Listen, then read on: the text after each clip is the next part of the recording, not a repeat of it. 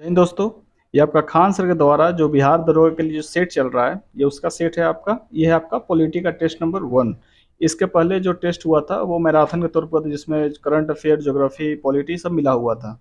तो वो भी अपलोड आपका कर दिया जाएगा, अपलोड कर दिया जाएगा। तो आज पॉलिटी का क्वेश्चन देख लेते हैं।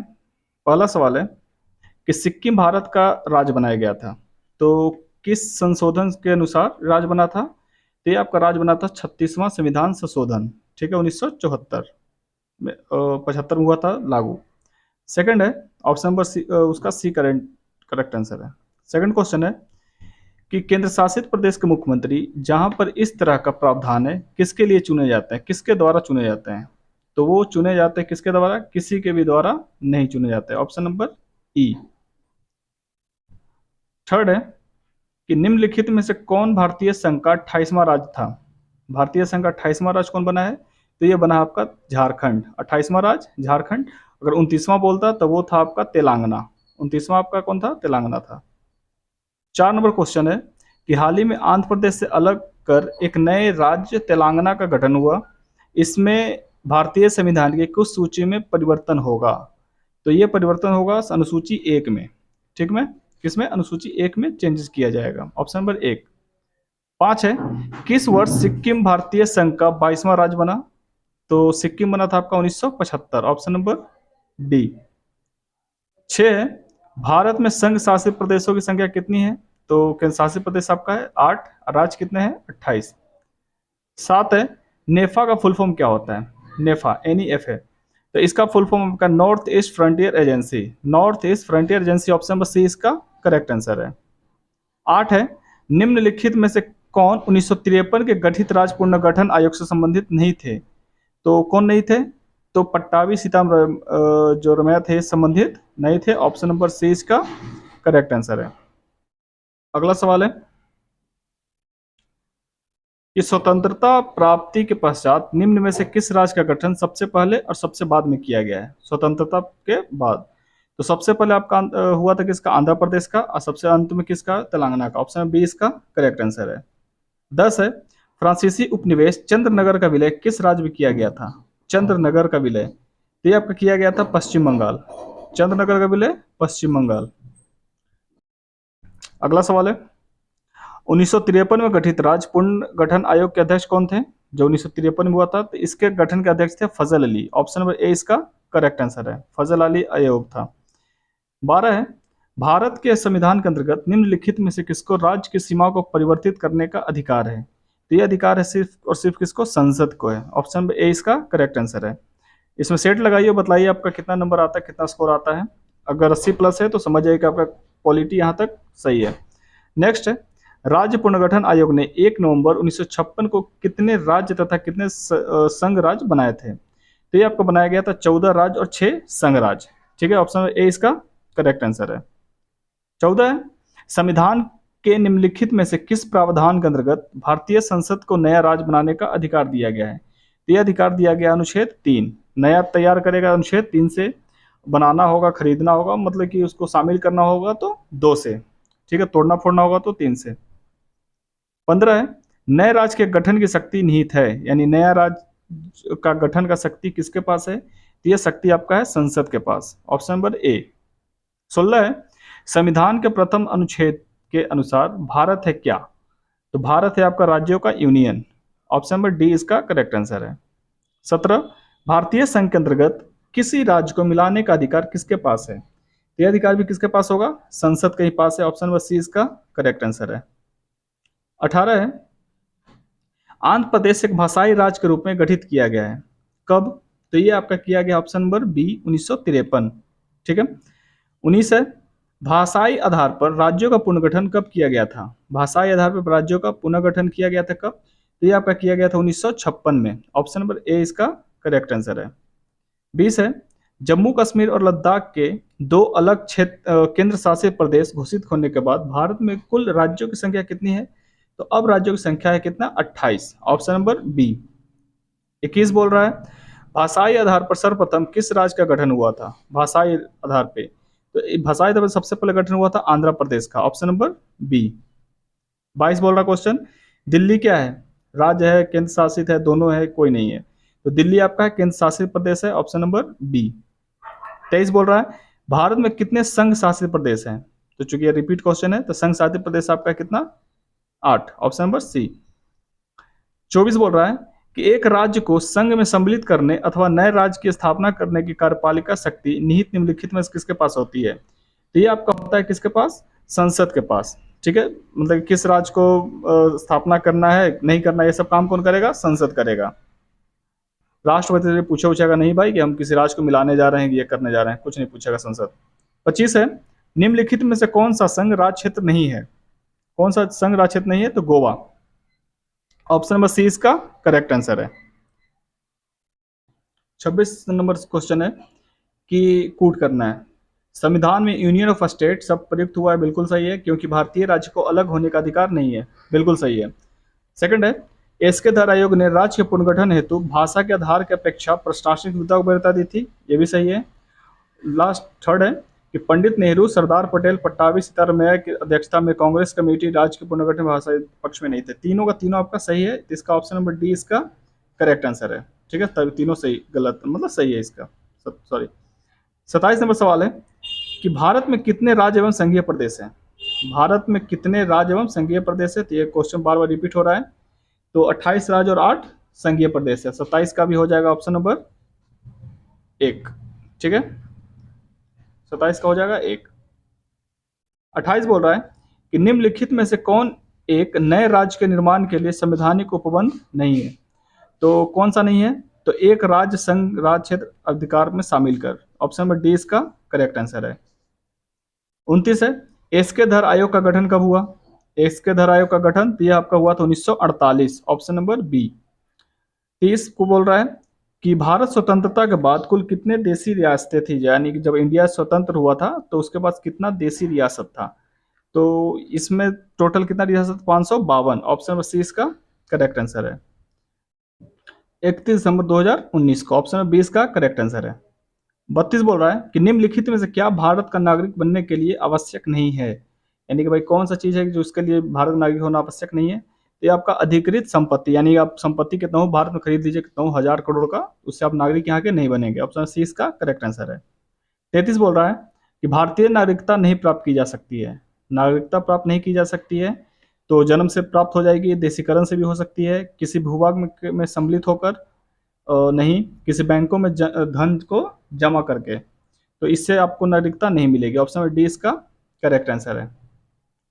34 है भारत में कौन से पद के लिए जन्म से भारत का नागरिक होना जरूरी है? तो ये आपका है कौन? राष्ट्रपति, ऑप्शन नंबर ए इसका करेक्ट आंसर। अमेरिका में ऐसा नहीं है, अमेरिका में कोई भी जाकर राष्ट्रपति बन सकता है, लेकिन इंडिया में जब तक आप इंडियन नहीं है तो आप राष्ट्रपति नहीं बन सकते हैं। 35 नंबर है कि निम्नलिखित में से कौन सा अनुच्छेद संसद को नागरिकता के संबंध में विधि बनाने की शक्ति प्रदान करता है?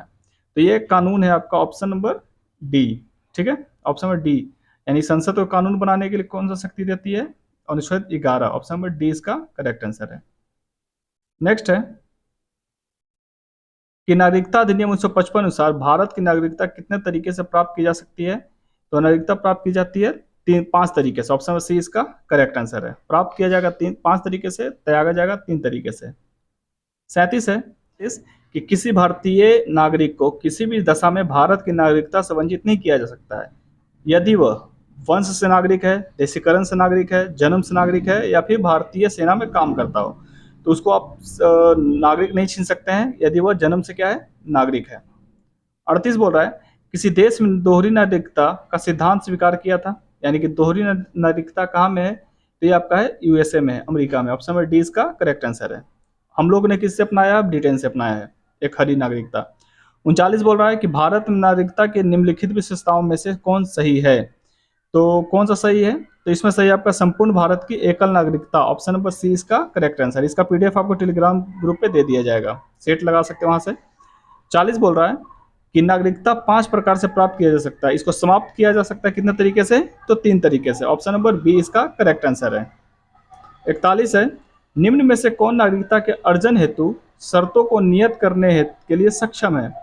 तो सक्षम कौन सा होता है? तो सक्षम आपका होता है संसद। नागरिकता से कुछ रिलेटेड हो या फिर राज्य क्षेत्र से हो तो ये सब का काम कौन करता है? संसद करता है, ऑप्शन डी इसका करेक्ट आंसर है। 42 बोल रहा है कि संविधान सभा द्वारा नागरिकता के संबंध में संसद ने एक व्यापक नागरिकता अधिनियम कब बनाया था? तो ये आपका बनाया गया था 1955 में। पहला नागरिकता संशोधन कब हुआ था? 1955। संशोधन 86 में हुआ था, बनाया गया था 55 में। अगला है कि भारतीय संविधान के अंतर्गत भारत के नागरिकों को कौन कौन से अधिकार प्राप्त हैं जो गैर नागरिकों को नहीं प्राप्त है? तो ये अधिकार आपका है, मतलब कि कुछ सार्वजनिक पदों की पात्रता है, संविधान, संसद, विधान अधिकार है, 15 से 19 द्वारा प्रदत्त मौलिक अधिकार, यानी ऑप्शन नंबर डी इसका करेक्ट आंसर है। 43 का ऑप्शन नंबर डी। 44 बोल रहा है कि भारतीय संविधान में नागरिकता के प्रावधान कब लागू हुए? भारतीय संविधान में नागरिकता के प्रावधान कब लागू हुए? ये आपका लागू हुआ 1949 में। ऑप्शन नंबर ए इसका करेक्ट आंसर है। आगे है 50 नंबर, 49 तक हो गया, सॉरी, सही है, 49 नहीं, 45 है अगला सवाल कि निम्न में से किस स्थिति में किसी व्यक्ति को भारतीय नागरिकता से वंचित नहीं किया जा सकता है? तो नहीं किया जा सकता है कब? जब निर्वाचन के दौरान, आपातकाल के दौरान, युद्ध के दौरान उसको नागरिकता से वंचित नहीं किया जा सकता है। कब किया जा सकता है? जब वो कोई अन्यथा काम कर दे, तो गलत काम कर देगा देश के खिलाफ। तो 46 है, भारत में एकल नागरिकता अवधारणा कहाँ से अपनाई गई है? तो ये अपनाई गई है आपका इंग्लैंड। ऑप्शन नंबर सी इसका करेक्ट आंसर है। 47 है, भारतीय संविधान के किस अनुच्छेद के तहत संसद को भविष्य में नागरिकता के संबंध में कानून बनाने का अधिकार प्रदान किया गया है? तो ये आपको प्रदान किया गया अनुच्छेद 11। कानून, नियम कानून बनेगा 11 से। 10 में बोला गया है कि भाई नागरिकता तब तक रहेगी जब तक कोई तुम गलत काम नहीं करोगे। 9 में है कि यदि आप कोई दूसरे देश की नागरिकता ले लेते हैं तो यहाँ की आपको त्याग देनी पड़ेगी। 48 क्वेश्चन है कि पाकिस्तान से आकर भारत में नागरिकता प्राप्त करने के संबंध प्रावधान का वर्णन निम्नलिखित में से किस अनुच्छेद में वर्णित है? तो ये अनुच्छेद है आपका अनुच्छेद 6, ऑप्शन नंबर 1। यदि आप पाकिस्तान से आकर हैं तो अनुच्छेद 6 हो जाएगा। 49 बोल रहा है कि एक व्यक्ति नागरिकता के अधिकार कैसे खो सकता है? एक कारण हो सकता है। अधिकार कब खोएगा? जब वो कोई गलत काम करेगा या फिर किसी देश की नागरिकता ले लेगा। ठीक है, तो इसके हिसाब से हो जाएगा ऑप्शन नंबर ए ही इसका करेक्ट आंसर है, किसी दूसरे देश की नागरिकता ले लेगा तो। 50 नंबर है कि नागरिकता प्राप्त करने के लिए शर्तें निर्धारित करने वाला सक्षम निकाय कौन सा है? नागरिकता प्राप्त करने के लिए शर्तें निर्धारित करने वाला सक्षम निकाय, तो नागरिकता से रिलेटेड सारा काम कौन करता है? संसद करता है। ऑप्शन नंबर सी इसका करेक्ट आंसर है। 51 बोल रहा है कि भारतीय संविधान निम्न में से कौन सी नागरिकता प्रदान करता है? भारतीय संविधान, तो एकल नागरिकता। ऑप्शन नंबर 20 का करेक्ट आंसर है। 52 बोल रहा है कि संसद द्वारा पारित नागरिकता अधिनियम 1955 के द्वारा नागरिकता प्राप्ति हेतु तरीके नहीं है। तो तरीका नहीं है, तो कौन सा तरीका नहीं है? तो ऑप्शन नंबर डी, क्योंकि वन से भी आपको नागरिकता मिल सकता है, जन्म से मिलेगा और देशीकरण से मिलेगा, यानी ऑप्शन नंबर डी इसका करेक्ट आंसर है। Option number D. 53 बोल रहा है सत्य चुनिए, यानी कौन सा इसमें ऑप्शन दिया गया सही है? तो भारतीय संविधान नागरिकता की परिभाषा दी गई है, नहीं दी गई है। दूसरा, भारतीय संविधान में नागरिकता की परिभाषा नहीं दी गई, बिल्कुल सही है। ऑप्शन नंबर बी इसका करेक्ट आंसर है। 53 का हो जाएगा ऑप्शन नंबर बी इसका करेक्ट आंसर। नेक्स्ट है कि भारतीय संविधान के अनुसार नागरिकता के अधिकार का बना रहना किस अनुच्छेद में है? यानी कि जब तक आप कोई गलत काम नहीं करते, अन्यथा काम नहीं करेंगे, तब तक अधिकार आपका बना रहेगा। तो ये ऑप्शन नंबर बी इसका करेक्ट आंसर है। 55 बोल रहा है कि भारतीय संविधान में नागरिकता की परिभाषा किस अनुच्छेद में दी गई है? तो ये आपका दिया गया है डी, इनमें से कोई नहीं, चूंकि अभी ऊपर देखे कि भाई नागरिकता का परिभाषा संविधान में है ही नहीं। ठीक है, तो ऑप्शन नंबर डी इसका करेक्ट आंसर है। 56 बोल रहा है कि किस समिति ने प्रवासी भारतीय दिवस 9 जनवरी को मनाने की सिफारिश की थी? यह सिफारिश की थी सिंधवी समिति ने। ऑप्शन नंबर बी इसका करेक्ट आंसर है। 57 बोल रहा है कि नागरिकता का प्रावधान भारतीय संविधान के किस भाग में व किस अनुच्छेद में है? नागरिकता, तो नागरिकता आपका भाग 2 में 5 से 11, ऑप्शन नंबर बी इसका करेक्ट आंसर है। 57 का हो जाएगा ऑप्शन नंबर बी। 58 बोल रहा है कि नागरिकता अधिनियम 1955 के अंतर्गत पंजीकरण द्वारा भारतीय नागरिकता प्राप्त करने के लिए भारतीय मूल के व्यक्ति को भारत में कितने वर्ष बिताने होंगे? यानी नागरिकता आपको चाहिए इंडिया का, तो आपको इंडिया में कितना साल तक रहना होगा? तो 7 साल तक। ऑप्शन नंबर सी। 59 है कि विधि का नियम या कानून का अधिनियम का मतलब क्या है? विधि का नियम या कानून का अधिनियम का मतलब क्या है? तो इसका मतलब क्या है कि सभी के लिए एक कानून और सभी के लिए एक न्यायतंत्र, यही उसका सही आंसर है। ऑप्शन नंबर ए इसका करेक्ट आंसर है। 60 बोल रहा है कि निम्नलिखित संवैधानिक उपचारों में से किसे पोस्टमार्टम भी कहा जाता है? पोस्टमार्टम किसको कहते हैं? तो पोस्टमार्टम कहा गया अधिकार पृष्ठा को। अधिकार पृष्ठा, ऑप्शन नंबर डी इसका करेक्ट आंसर है। 61 बोल रहा है कि उच्चतम न्यायालय की व्यवस्था के अनुसार निजी भवनों के ऊपर राष्ट्रीय झंडा को फहराना कितना किस अनुच्छेद के तहत है जो झंडा फहराते लोग? तो ये है आपका 19 का 1। पुतला फोड़ना, झंडा फहराना, ये सब नाचना गाना सब 19(1) के अंतर्गत है। अगला है 62 नंबर कि उन मौलिक अधिकारों का चयन करें जो भारतीय नागरिकों को प्राप्त है लेकिन गैर नागरिकों को प्राप्त नहीं है। तो ये है आपका भाषण, ये है, ठीक है, कानून समक्ष ये नहीं है, अल्पसंख्यक अधिकार है। ऑप्शन नंबर ए इसका करेक्ट आंसर है। 62 का हो जाएगा ऑप्शन नंबर 1। 1 और 3 सही है दोनों।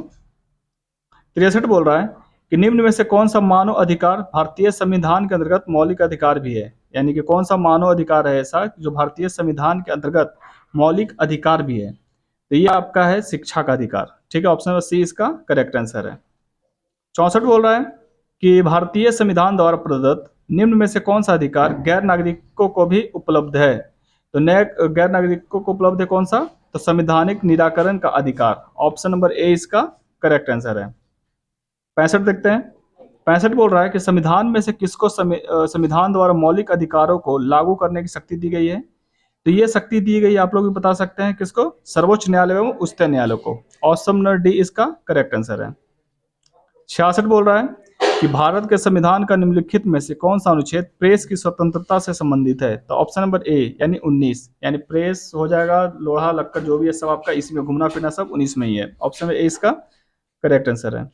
67 बोल रहा है कि भारतीय संविधान में किस अनुच्छेद के अंतर्गत नागरिकों को मौलिक अधिकार प्रदान किया गया है? मौलिक अधिकार, तो मौलिक अधिकार आपका दिया गया कहां से कहां तक? 12 से 35, यानी ऑप्शन नंबर बी इसका करेक्ट आंसर है। 68 है निम्नलिखित में से कौन सा मूलभूत अधिकार नहीं है? तो मूलभूत अधिकार नहीं है कौन सा? तो ये है आपका संपत्ति का अधिकार, ठीक है, यह मूलभूत अधिकार नहीं है बल्कि इसको बना दिया गया कानूनी अधिकार। अनुच्छेद कितना में डाल दिया गया? 300 के क में डाल दिया गया इसको, तो ऑप्शन नंबर बी इसका करेक्ट आंसर है। 69 है भारतीय नागरिकों के मौलिक अधिकार का वर्णन है। मौलिक अधिकार का वर्णन कितना से कितना में है? तो 12 से 35, यानी ऑप्शन नंबर ए ही इसका करेक्ट आंसर है, ठीक है। अगला है कि संवैधानिक उपचार का अधिकार किसके अंतर्गत आता है? संवैधानिक उपचार का अधिकार, तो ये आता है आपका मौलिक अधिकार, ऑप्शन नंबर ए इसका करेक्ट आंसर है। 71 बोल रहा है कि किसी व्यक्ति के अवैध हिरासत के खिलाफ निम्न में से कौन सी रीट जारी होती है? यानी कोई आपको अवैध रूप से गिरफ्तार कर लिया है तो कौन सा रीट जारी होगा सुप्रीम कोर्ट या फिर हाई कोर्ट से? तो ये होगा आपका बंदी प्रत्यक्षीकरण, बंदी प्रत्यक्षीकरण, ऑप्शन नंबर ए इसका करेक्ट आंसर है। 72 है कि निम्नलिखित में से किसे भारतीय संविधान की आत्मा कहा जाता है? भारतीय संविधान की आत्मा कहा जाता है किसको? तो ये कहा जाता है संवैधानिक उपचार का अधिकार अनुच्छेद 32 को, ऑप्शन नंबर डी इसका करेक्ट आंसर है। 73 है मौलिक अधिकार की सूची में से संपत्ति का अधिकार, राइट टू प्रॉपर्टी, किसके शासनकाल में निकाल दिया गया था? यानी कि राइट टू प्रॉपर्टी 44वां संविधान संशोधन 1978 में निकाला गया था। उस टाइम प्रधानमंत्री कौन था? तो वो थे आपके Indira Gandhi, option number A इसका करेक्ट आंसर है। 74 है मौलिक अधिकार की मूल सूची में निम्नलिखित में से किसे जोड़ा गया है? तो किसको जोड़ा गया है? तो ये जोड़ा गया आपका निःशुल्क एवं अंतरराष्ट्रीय अनिवार्य प्राथमिक शिक्षा का अधिकार, ठीक है, ऑप्शन नंबर डी इसका करेक्ट आंसर है।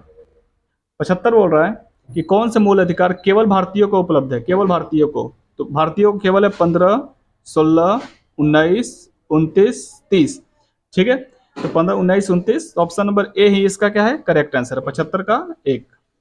76 बोल रहा है कि संस्थाएं और संघ बनाने का अधिकार किस प्रकार का अधिकार है? संस्था और संघ बनाने का अधिकार किस प्रकार का अधिकार है? तो ये अधिकार है आपका केवल नागरिकों के लिए सुनिश्चित स्वतंत्रता का अधिकार, ऑप्शन नंबर बी इसका करेक्ट आंसर है। 77 बोल रहा है कि सर्वोच्च न्यायालय ने निजता के अधिकार को संविधान के किस मूलभूत अधिकार के अधीन रखा है? तो ये आपका रखा है अनुच्छेद 21, ऑप्शन नंबर डी इसका करेक्ट आंसर है। अगला है कि किसी संगठन के सदस्य को किस आधार पर एकत्रित होने के अधिकार से वंचित किया जा सकता है? मतलब किसी संगठन के सदस्यों को किस आधार पर एकत्रित होने से अधिकार से मतलब रोका जा सकता है, ठीक है। तो राष्ट्र की जब अखंडता की बात करेगी, संपूर्णता की बात आएगी, तो हम लोग उस पर क्या कर सकते हैं? वंचित कर सकते हैं उसके अधिकार से, ऑप्शन ए इसका करेक्ट आंसर। बाकी ऑप्शन क्या बोल रहा था कि आर्थिक आधार पर, शिक्षा आधार, इसको हम उसको अलग नहीं कर सकते हैं। 79 है मिलान करने वाला है। उपाधि कांड 18, धार्मिक मामला की स्वतंत्रता 26, ठीक है, अल्पसंख्यक 29 और शिक्षा का अधिकार 21। तो ऑप्शन नंबर हो जाएगा आपका क्या, 3-4-1-2, 3-4-1-2, 3-4-1-2 केमा में है, तो यह है आपका तीसरा में, ठीक है, 3-4-1-2। 80 है, निम्नलिखित में से कौन सा मूल अधिकार भारतीय संविधान में नागरिकों को नहीं दिया गया है? तो कौन सा नहीं दिया गया है? तो सूचना का अधिकार, ऑप्शन नंबर सी इसका करेक्ट आंसर है।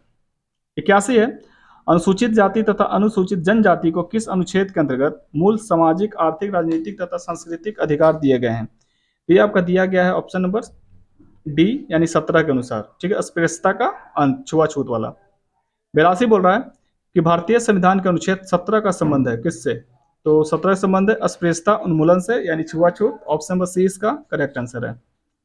83 है, मूल अधिकार क्या है? मूल अधिकार तो बाद योग है, मूल अधिकार के लिए हम लोग कोर्ट में जा सकते हैं, लड़ सकते हैं जाके, ठीक है।